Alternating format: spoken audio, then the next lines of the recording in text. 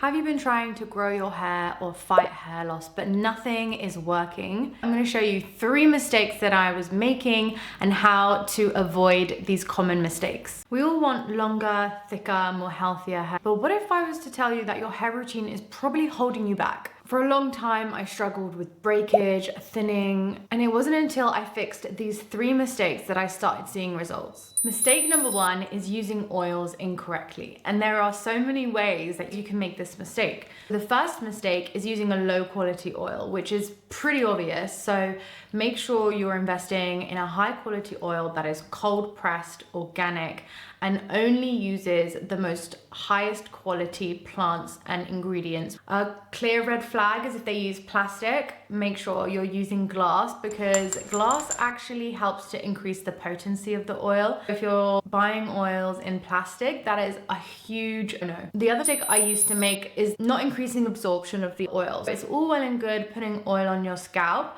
but if you're not increasing the absorption, it's just gonna sit on the epidermis. The epidermis is a very thick layer of skin, and if there's any product buildup, dandruff, likelihood the oil is just gonna sit on top and not do anything.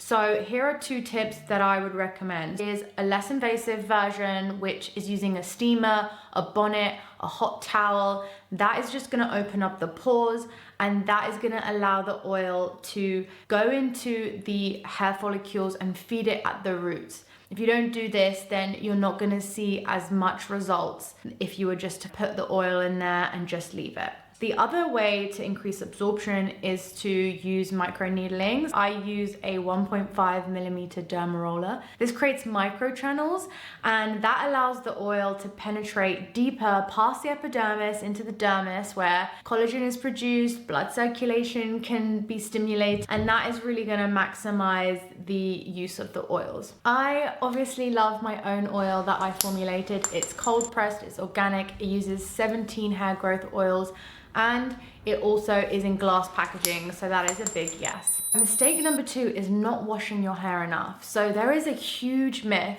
where if you wash your hair more often, then it's gonna cause hair shedding. This could be so far from the truth. Like, it is insane to me. The one thing you need to realize is that DHT, which is the hormone that causes hair loss, is found in the sebum within the scalp. What you're doing by leaving that sebum on your scalp is you're allowing that DHT to bind to the hair follicle and miniaturize the hair. Actually, by washing your hair more frequently, you're creating a better environment for hair to grow. So washing your hair, as long as you're using really high quality products, sulfate free, with hair growth ingredients, then actually you will find washing your hair more frequently will have a better effect on your hair growth and on your hair loss. Okay, so lastly, mistake number 3 is using satin. This is a huge misconception where people believe that satin is good for your hair. Satin is not good for your hair. If you have a satin pillowcase, a satin bonnet, throw it in the bin at this point. Actually, satin is not a good material when it comes to breakage, hair thinning, and protecting the hair. Silk is the most effective material when protecting your hair.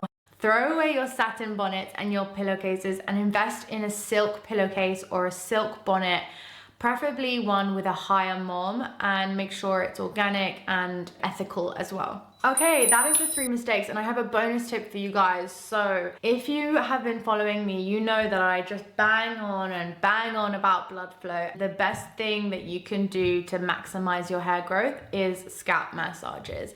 I am coming out with a rose quartz comb, which I'm super excited about. The rose quartz comb, one, it has so many beneficial properties because it's rose quartz, it's the love crystal.